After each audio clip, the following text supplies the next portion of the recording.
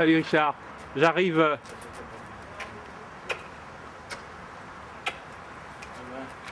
Le théâtre Tourski, vous êtes en grève de la faim.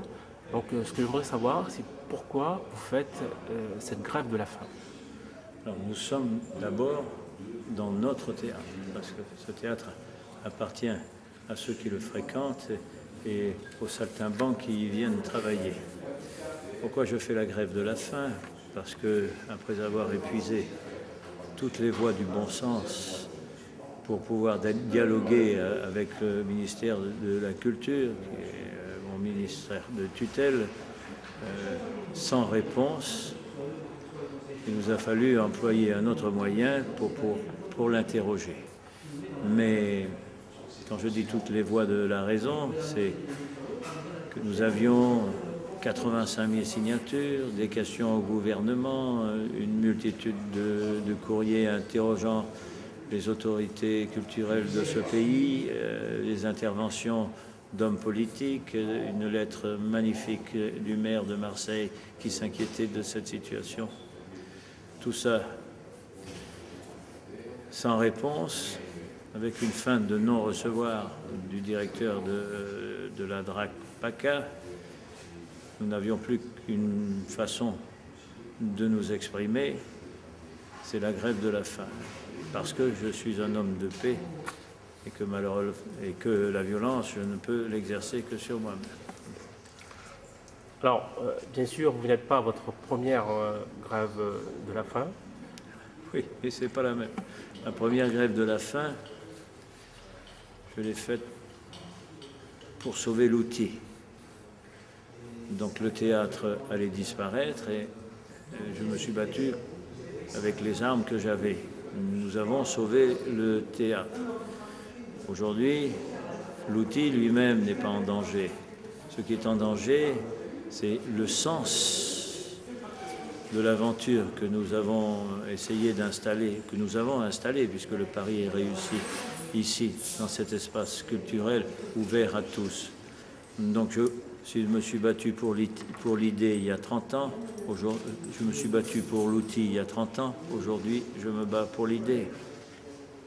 Et je refuse que ce théâtre devienne un espace réservé à un cercle de privilégiés. Et ça inéluctablement arriverait si nous ne nous levions pas pour expliquer la situation de la casse de la culture dans ce pays. Voilà, alors j'espère maintenant que le dialogue avec le ministère de la Culture sera fructueux. Je ne désespère pas d'espérer et je pense que le nouveau ministre, ayant une sensibilité de saltimbanque, nous arriverons à un accord pour arrêter cette farce et que la raison finisse par avoir raison. Nous aurons donné l'alarme avec des cris d'oiseaux. Donc poète, Oui. et vous vous êtes lancé donc dans cette action de grève de la faim pour soutenir le théâtre Tourski. J'ai au moins 3 motivations pour avoir fait cette chose que, contrairement à Richard, je n'avais pas encore faite dans le passé. Ma première raison, c'est par amitié pour Richard. Richard, on se connaît depuis pas mal d'années. J'avais travaillé avec lui en 97 pour sa première édition du Méditerranée, où il avait invité 2 troupes de théâtre roumaines. Et il se trouve que dans mon travail de poète, je suis également traducteur de poésie roumaine. Donc on avait fait venir 5 poètes roumains. Et pour avoir des textes à lire ici, en français, j'avais publié à l'époque une petite anthologie qui s'appelait Voix de Roumanie. Donc c'est de là que date mon amitié avec Richard. Je l'ai connu en 70 quand j'étais jeune étudiant et que lui était jeune acteur. Je l'avais vu jouer le Journal d'un fou de Gogol au théâtre Massalia à Marseille. Mais c'est vraiment en 97 qu'on s'est connus. Et pour moi, Richard, c'est un ami, mais c'est surtout c'est un citoyen. C'est quelqu'un qui est engagé dans son travail et qui en même temps est engagé dans un combat pour une société plus juste. Et des gens, des acteurs qui sont vraiment engagé, physiquement engagé, et depuis si longtemps, pour une société plus juste, il n'y en a pas beaucoup. Donc il me paraissait normal d'être avec lui et de partager avec lui cette grève de la faim. Je lui ai dit au début, quand il m'a dit « Enfin, pourquoi tu es venu ici ?» Je lui ai dit « Parce que la grève de la faim à deux, c'est pas moins difficile, mais c'est plus léger. » La deuxième raison, c'est que je suis comme tous les Marseillais, je dirais tous les vrais Marseillais. Je suis attaché à ce théâtre. Le théâtre Tourski fait partie de l'histoire de Marseille. Il fait partie de l'histoire artistique, mais il fait également partie de l'histoire sociale de cette ville. Parce que ce théâtre, c'est plus qu'un théâtre. Au-delà de sa fonction purement artistique, je lui vois deux autres fonctions capitales pour la ville de Marseille. Sa première fonction, je l'ai dit, elle est sociale. C'est un théâtre implanté dans le quartier le plus défavorisé de Marseille. À Marseille, les quartiers défavorisés, ce n'est pas les quartiers nord comme on le croit. Le quartier le plus pauvre de Marseille, c'est le 3e arrondissement, et on est en plein dedans.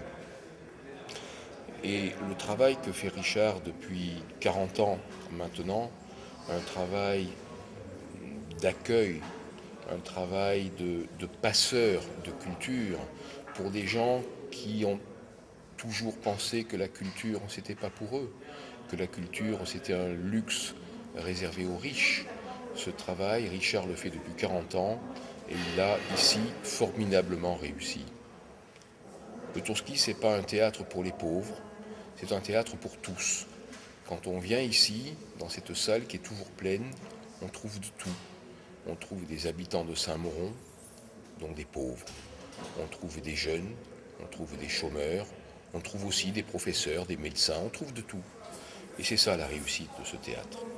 Et c'est cette cohésion sociale que le Tourski contribue à créer dans cette ville.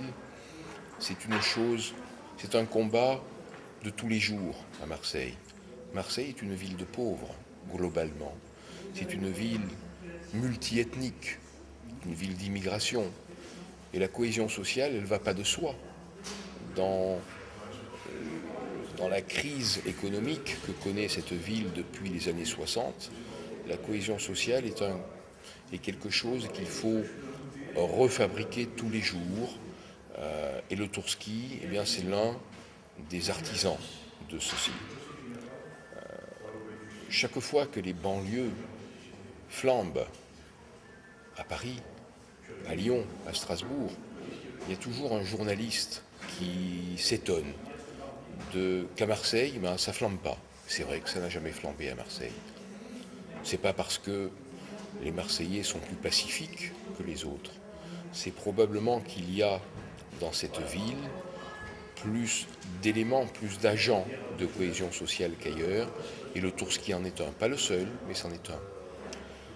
Et si on fait tomber les uns après les autres, comme on le constate depuis des années ici, ces agents de cohésion sociale, un jour, les banlieues marseillaises finiront par flamber aussi, et tout le monde regrettera le bon vieux temps où les choses se passaient mieux. Je pense qu'il vaut mieux un théâtre que des pompiers et des policiers. C'est aussi pour ça que je suis ici. J'ai eu le projet de faire une grève de la faim. Je lui ai proposé mon service et pour l'assister en tant que médecin tout au long de sa grève, ainsi que son ami Jean Poncet, qui a décidé de faire la grève de la faim en même temps que lui. Donc chaque matin, chaque soir, je suis présent, je le pèse, je prends sa tension artérielle, je l'ausculte, je m'assure que son alimentation comporte le minimum d'apports vitaminiques, de sels minéraux, pour qu'il n'y ait pas de lésions irréversibles liées à son jeûne prolongé.